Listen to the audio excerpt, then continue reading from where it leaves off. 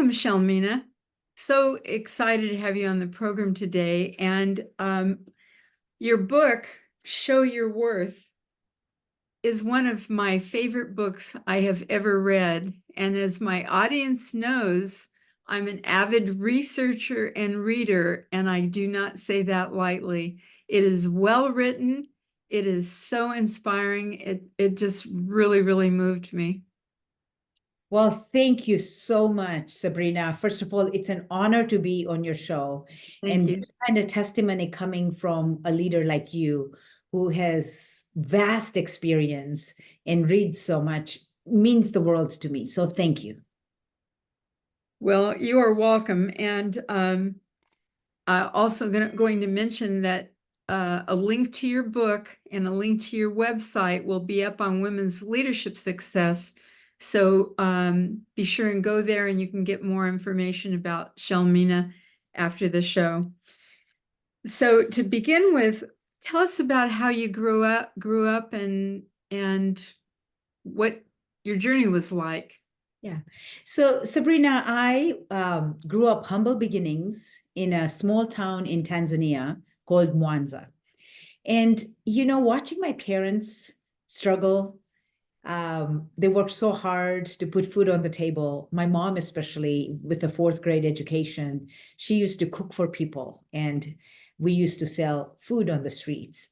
Um, I was convinced that if I obtained a college degree, then I would be able to lift myself and my family out of poverty.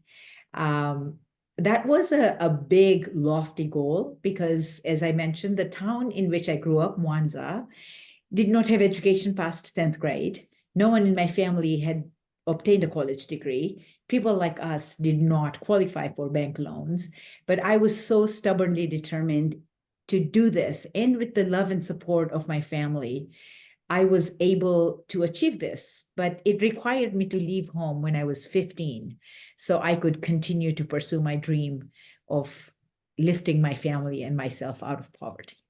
Was it unusual for a female to get educated in Tanzania? Is that an issue? So I wouldn't call it an issue. However, most women, if they did go to college, the two professions that were pursued was becoming a secretary or becoming a hairdresser. At that time, it wasn't like a aesthetics and beautician and all that. It was basically hairdressing or a secretary. And I knew that that would not lift us out of our poverty. So that's not what I wanted to pursue. So you went to India to begin with to get your education? My first degree in mathematics, I did get it from India, and it was very much a financial decision. It was the least expensive way for me to obtain a college degree. And then I was also able to bring clothes from India to Tanzania and sell them and make money to pay for my education. However, Sabrina, after I obtained my degree in mathematics and I went back to Tanzania, I learned that I wasn't going to make enough money to lift my family and myself out of poverty. And that's when I decided to come to the United States to obtain a college degree in computer science because I had read in a magazine that if you're good at math, you could program computers. And if you can program computers, you can make a lot of money. So I said, all right, sign me up. And the book, of course, has so many incredible details of this story. And having been raised in poverty and also feeling like I wasn't smart enough to do anything, I really enjoyed your stories. And I think for so many women, no matter what country we were raised in, we've we haven't been trained to have confidence or feel like we can do things. And so much of your story, you talk about how you develop that. So I want to ask you a few questions about that. You said like when in India and even when you got to the United States, there was a lot of mental chatter going on. How did you overcome that? And how can the people, the women listening, the men listening, how can they overcome that negative chatter that says, I'm not good enough, I'm not smart enough, I can't do it? What can you say about that? Yeah. Sabrina, my negative mental chatter really started after I joined the workplace. So, Oh, yeah, so it's interesting because I was determined to obtain a college degree. Nothing was going to get in my way. I graduated. Um, Now, having said that, the university that I went to is a small university in Wisconsin, in La Crosse. And so mhm, no one came to interview students there to offer jobs. They go to all the Ivy League colleges. mhm. And so I went to a conference to look for a job and I handed over 300 resumes. Even though I was on a dean's list and I had worked 35 to 40 hours a week putting myself through college, no one wanted to even interview me because I did not have the right visa status. I was Oh, I was on a student visa and I only had a 1 year what's called on the job practical training visa. yeah. So on the last day, a technology startup company based in St. Paul, Minnesota, Mhm. offered a job, and they were building the world's fastest supercomputer at the time. And the $27,000 that they offered me as my starting salary, Sabrina, was more money than my parents could make in 10 years. And I Oh, thought, that's it. We're never going to be poor again. I showed up to work with a spring in my step, really grateful for the opportunity. And then I started looking around and I realized 2,000 engineers, there is not one person that looks like me. There's ah, not one person that speaks like me. And by now, I had been in the United States for 2 years, and I was aware that I went to a small university. And I started looking around, and there were people that had master's degrees, PhDs from Carnegie Mellon, Harvard, Yale, MIT, Princeton, you name it. And I thought to myself, what would I know that they don't already know? mhm, What value am I going to contribute? And so, what that did, immediately I started undermining my own capabilities, underestimating my own worth. By the way, that's why the title is Show Your Worth, because uh-huh, when we do, like you said, no matter where we grow up, we have a tendency to be modest. We have a tendency to undermine our capabilities, to underestimate our worth. And what this did, obviously, it creates this negative mental chatter, right? And mhm, it instilled fear of speaking up. So while I did a really good job in my own project, I mhm. was afraid to speak up in any meetings. In fact, even in one-on-one conversations, I would think that they're all smarter than me. And so if I say something, I might sound stupid or I might be stating the obvious. They might even fire me. Besides, they were the only company that even interviewed me. Maybe they didn't know what everybody else knew.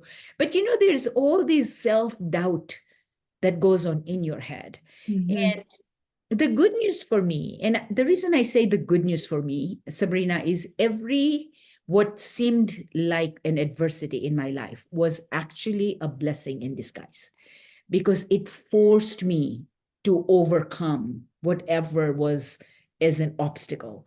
And in this case, the obstacle was fear of speaking up.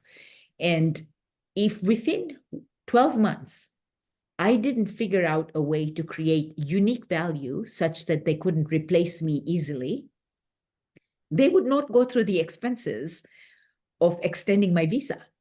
So my dream of lifting myself and my family out of poverty would be very short lived. And so that forced me to learn how to recognize these voices in our head, the voice of fear that was doing its job. Your voice of fear wants to keep you in your comfort zone. That's its Right. job. But that recognition that while you have a voice of fear, you also have a voice of courage Mhm. that you can feed and you can amplify with reasons why you should speak up. But in order for me to even do that, Sabrina, I had to have that inner victory, that mindset that went from I can't create value, my ideas don't matter, to my ideas do matter. And it's like the universe gave me this perfect experience of this one time on a Tuesday afternoon. We were discussing a problem of testing our software. And I had this idea, but the voice of fear loud in my head, don't speak up, Shelmina, you're going to sound stupid. So I didn't speak up. And it's as if this idea flew from my head into the head of the guy sitting right across from me. He said exactly what I was thinking. And after he was done, he got a lot of kudos. People are patting him on his back. And I heard someone tell him, what a unique way of solving this problem. And I thought to myself, oh my God, Shelmina, you've been trying to create unique value. And I did what most women do, go into the ladies' room and looked at myself in the mirror and chastise myself. But I'm telling myself, Shelmina, you should have spoken up. Your ideas do matter.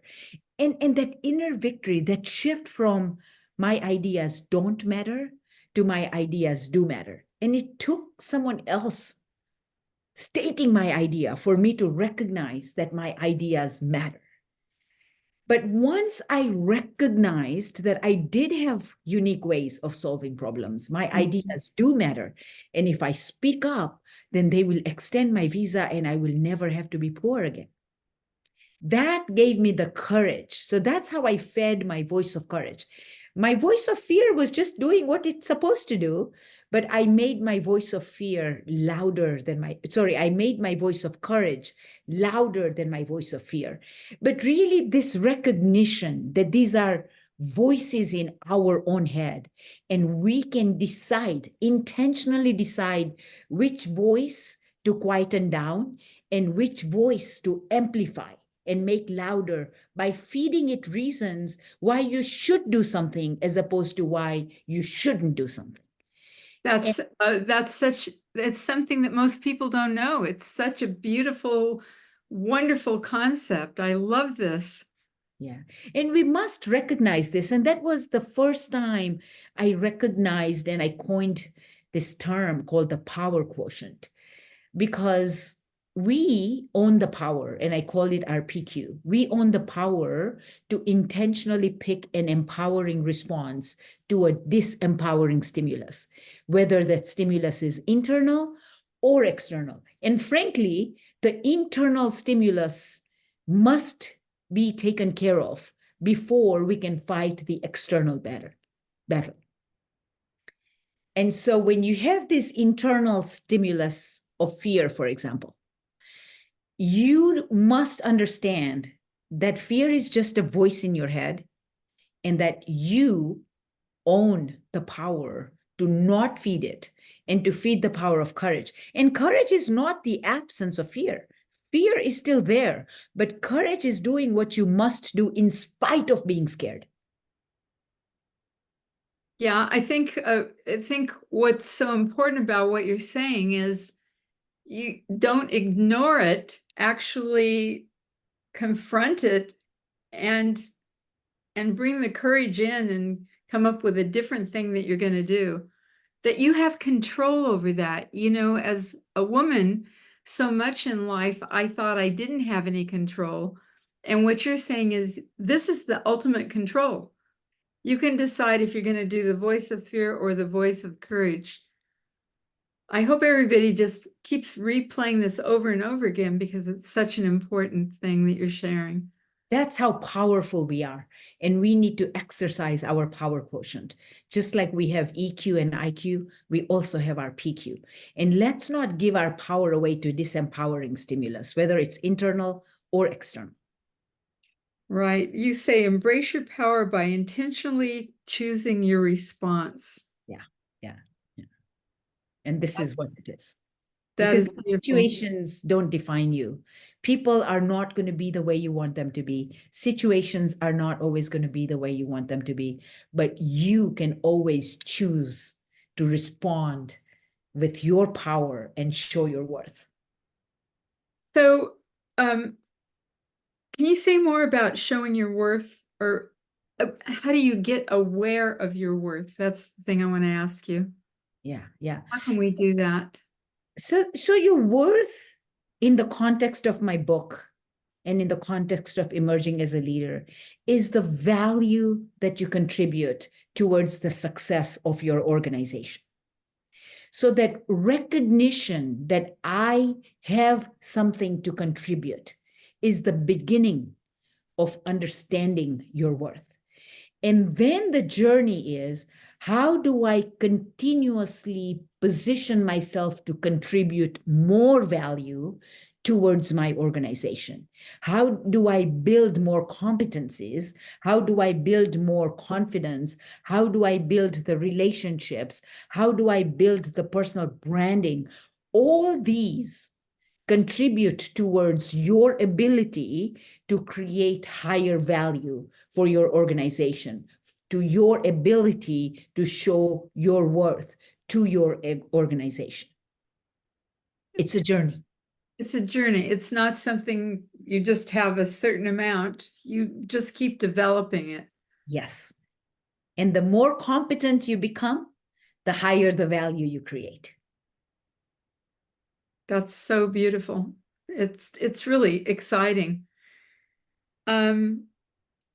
So we're in a few minutes here, we're gonna finish this part, and then so we're doing a two-part show here today. So is there any summary of what you said that you'd like to say before we take a pause and do part two? For sure. I want everyone listening here to know that they are worthy, to know that they have value that they can contribute towards their organizations, their families, their community, humanity at large. And our job is to continue to increase that worth and continue to show it in every interaction. Wow. Thank you so much. So we're going to pause here. And the next time in part two, when you listen to that, we're going to talk about overcoming biases as you scale up the corporate ladder and how to build influence and persuasion within your company to get promoted. So thanks again. You're welcome.